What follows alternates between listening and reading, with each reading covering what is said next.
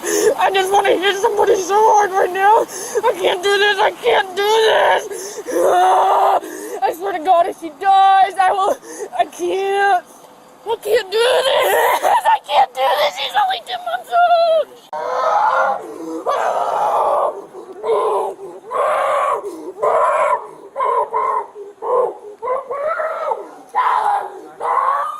On the 19th of July, 2023, the humid heat of a Florida summer hung heavy over the small town of McLenny in Baker County. It was a day that began like any other for the residents of this quiet community. Parents went to work, and children were dropped off at care. However, inside a residence on a suburban street, a tragedy was unfolding in silence.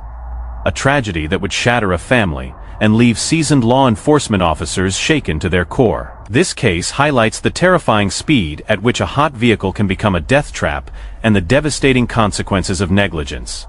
What you are about to see is the raw, unfiltered body camera footage from the Baker County Sheriff's Office. It captures the frantic moments of an attempted rescue, the raw agony of a mother's grief, and the stoic, confusing demeanor of the woman responsible. At approximately 1 p.m., a frantic call was made to 911. The caller reported an infant was unresponsive. Deputies and fire rescue units were dispatched immediately with lights and sirens blaring. As the first deputy arrives on the scene, the gravity of the situation is instantaneous. Inside a garage, paramedics are already fighting a losing battle. They are performing CPR on 10-month-old Aria Page. The atmosphere is thick with panic and dread.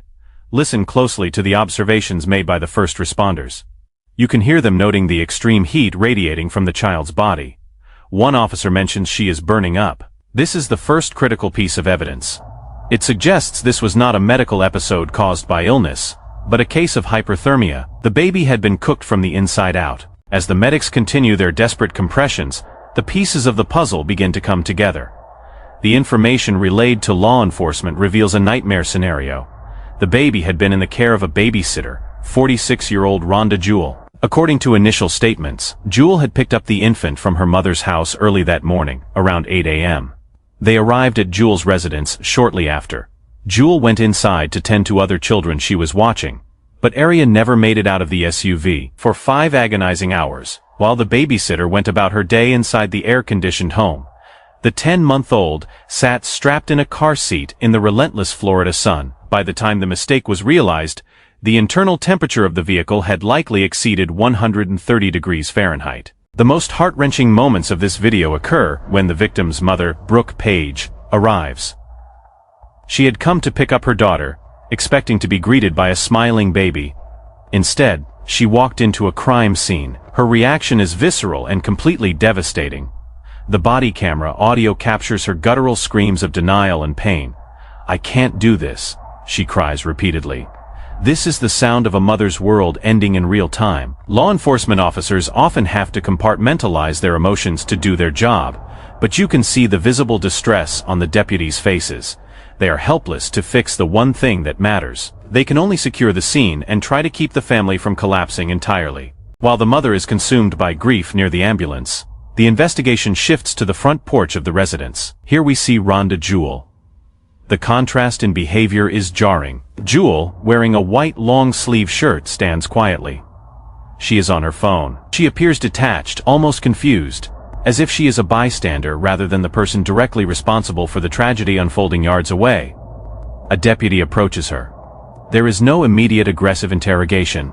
The police are gathering facts. They need to establish the timeline definitively. Jewell admits she forgot. She simply forgot the baby was in the car. This phenomenon, often called forgotten baby syndrome, does not absolve one of legal responsibility. In the eyes of the law, this level of negligence is criminal. The deputies make the decision to transport Jewell. At this stage, she is not in handcuffs, but she is essentially in custody as they secure her for an interview. The officer places her in the back of the patrol unit. Listen to the conversation. It is mundane, procedural. "Do you have your ID? Do you need shoes?" This banality highlights the surreal nature of the situation. A life has just been lost. Yet the procedural wheels of justice turn slowly and methodically. They drive to the hospital, not for Jewell's health, but because that is where the victim has been taken, and that is where the final pronouncement of death will be made. The officers need to keep the suspect separated from the grieving family to prevent violence and to preserve the integrity of their investigation. At the hospital, the worst fears are confirmed. Aria Page is pronounced dead. The medical staff did everything they could, but the damage caused by hours of extreme heat was irreversible. With the official time of death called, the status of the investigation changes immediately from a rescue mission to a homicide investigation. The body camera shows the raw aftermath in the hospital hallways. Officers are seen consoling the family, a touch of humanity amidst the badge and uniform. Meanwhile, Rhonda Jewell is formally arrested. The charge is severe aggravated manslaughter of a child. This charge reflects the gross negligence that led to the death of a vulnerable human being who relied entirely on her for safety. The wheels of justice turned for nearly a year. In April of 2024, Rhonda Jewell faced the consequences of her actions. A jury found her guilty. The court did not view this as a simple accident, but as a failure of duty so profound, it demanded severe punishment. She was sentenced to substantial time in prison, with reports confirming a sentence of 17 years for the death of Aria Page. While no amount of prison time can bring back the 10-month-old child, the sentence sends a clear message. When you take responsibility for a life, negligence is not an excuse. It is a crime. This tragedy serves as a brutal reminder to everyone. Check the backseat. Look twice, because a simple lapse in memory can result in a lifetime of regret and a life cut tragically short. Thank you for watching this analysis of the Aria Page case. If you found this video informative, please like and subscribe for more in-depth looks into law enforcement and the pursuit of justice. Stay safe and stay vigilant.